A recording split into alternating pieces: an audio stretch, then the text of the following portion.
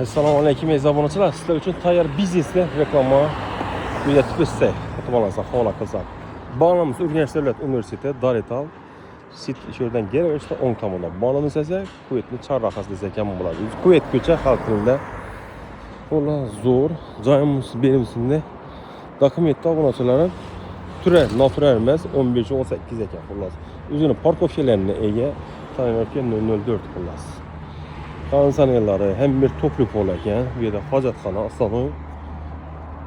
Ayrim sebeplere satacak onu satqılayın mümkün.